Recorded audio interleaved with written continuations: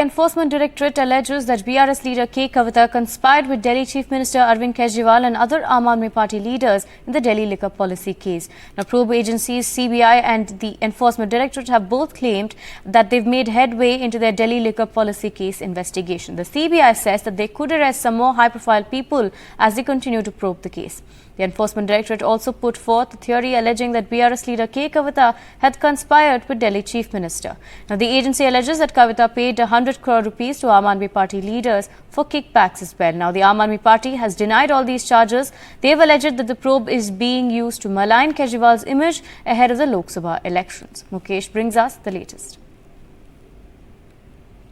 ये के कविता को ईडी ने 15 मार्च को गिरफ्तार किया था और उनकी गिरफ्तारी के बाद ईडी ने पहली बार उनकी गिरफ्तारी को लेकर एक प्रेस स्टेटमेंट जारी किया है और ये पहला मौका है जब इस प्रेस स्टेटमेंट में दिल्ली के मुख्यमंत्री अरविंद केजरीवाल का न सिर्फ नाम है बल्कि शराब घोटाले में उनकी जो भूमिका है, जो रोल है, उसके बारे में ईडी ने खुलकर बताया है।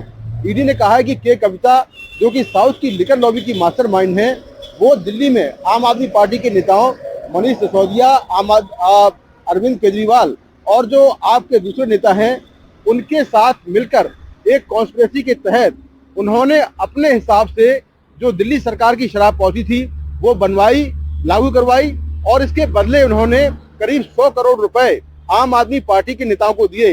इस बयान में ये भी कहा गया है कि जो के कविता हैं उन्होंने शराब के थोक कारोबार में जो पैसे कमाए वो पैसे बाद में कमीशन के तौर पर उसका जो 6% हिस्सा था वो आम आदमी पार्टी के नेताओं को पहुंचाया।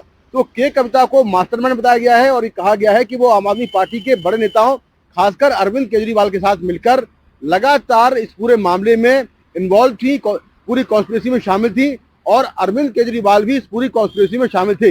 ईडी ने यह भी कहा है कि अब तक की जांच में करीब 128 करोड़ रुपए की जो संपत्ति है उसका पता चला है जो इन्होंने अपराध की आय से कमाई है, ये भी उस बयान में कहा गया है। ईडी अब तक इस पूरे शराब घोटाले में 245 जगहों पर रेड कर चुकी है, 15 आरोपी गिरफ्तार कर चुकी है, 6 चार्जशीट पेश कर चुकी है और लगातार जो ईडी है वो इस पूरे मामले में कार्रवाई कर रही है। तो ईडी ने पहली बार ये कहा है कि दिल्ली के मुख्यमंत्री अरविंद केजरीवाल इस पूरी शराब पॉलिसी में एक कॉन्स्पिरेटर हैं और के कविता के साथ मिलकर उन्होंने कॉन्स्पिरेसी की और साउथ की लिकर लॉबी से 100 करोड़ रुपए एक बार लिए। इसके बाद जो 12% कमीशन मिला उसमें 6% कमीशन वापस आम आदमी पार्टी को पहुंचा।